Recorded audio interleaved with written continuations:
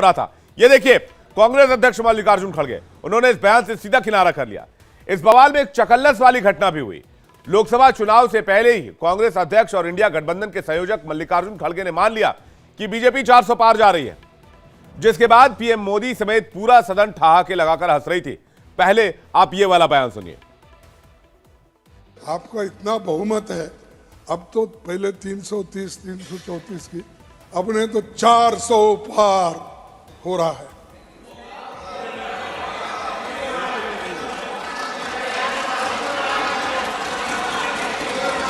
अरे 400, अरे तुम चुन के आओ सर, मेरा दावा है ये लोग ठहर के चुन के आने दो सब। लेकिन राज्यसभा में आज विवाद हुआ कांग्रेस सांसद डीके सुरेश के उस बयान पर, जिन्होंने कि दक्षिण राज्य मांग करने के लिए मजबूर हो जाएंगे। कांग्रेस सांसद इस विघटनकारी सोच पर सवाल खड़ा करते हुए केंद्रीय मंत्री पीयूष गोयल ने कांग्रेस से आज माफी मांगने की बात कही। माननीय अध्यक्ष जी, ये कांग्रेस की जो विभाजनकारी सोच है, जिस प्रकार से शुरू से इतिहास में हमने कांग्रेस का व्यवहार, उनका काम करने की पद्धति और देश को बांटने का काम कांग्रेस ने समय समय पे किया, ये इसका एक और उदाहरण है।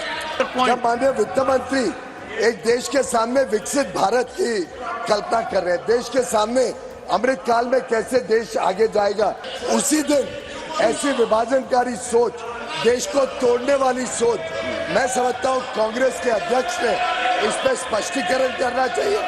क्या ये कांग्रेस पार्टी इस वक्तव्य के साथ अपने आप को जोड़ती है? क्या कांग्रेस की सोच में देश की एकता और अखंडता या देश का संविधान कोई मायने रखता है कि नहीं? क्या वो देश को उत्तर और दक्षिण भारत में बांटना चाहते हैं? पीयूष गोयल की मांग पर सदन में मल्लिकार्जुन खड़गे ने जवाब दिया और कहा कि कांग्रेस सुरेश के बयान से इत्तेफाक नहीं रखती है। कश्मीर से कन्याकुमारी तक देश एक है और एक ही रहेगा।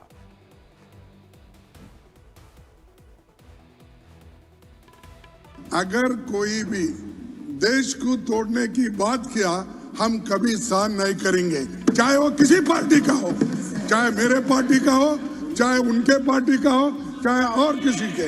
इस देश को एकता रखने के लिए कोई कहे या नहीं कहे, मैं खुद मल्लिकार्जुन खड़गे होके कहूंगा, कन्याकुमारी से लेकर कश्मीर तक हम एक हैं, एक रहेंगे, एक देश रहेंगे। इसीलिए इंदिरा गांधी अपनी जान दी।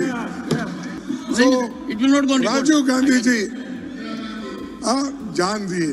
अरे ऐसी पार्टी कभी ऐसा देश तोड़ने की बात करती है और देश को अलग बनाने की बात करती है, हम कभी इसको सहन नहीं करेंगे। अब आपको बताते हैं कि इस विवाद की जड़ कहां है। दरअसल हुआ क्या, कांग्रेस के सांसद डीके सुरेश ने गुरुवार 1 फरवरी को एक दावा किया था। वो दावा यह था कि दक्षिण से एकत्रित की गई धनराशि को उत्तर भारत में वितरित किया जा रहा है।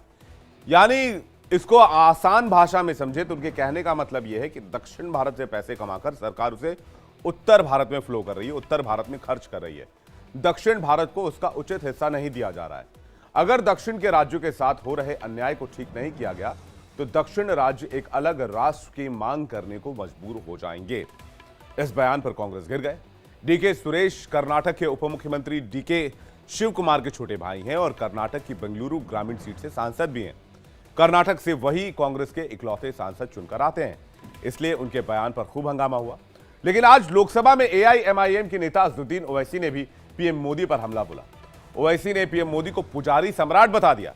ओवैसी के दिल में अभी भी 6 दिसंबर वाला जख्म ताजा है और ऐसा लग रहा है कि राम मंदिर का उद्घाटन ओवैसी को बुरे सपने दिखा रहा है। इसलिए ओवैसी की तलखी सुन लीजिए।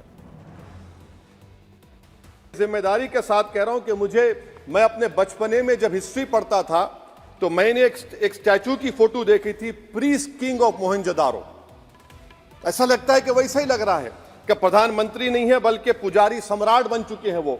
और मैं क्यों कह रहा हूं कि हमारे सदर जमहूरिया ने कहा था कि 22 जनवरी एक तारीखी दिन है, बिल्कुल तारीखी दिन है।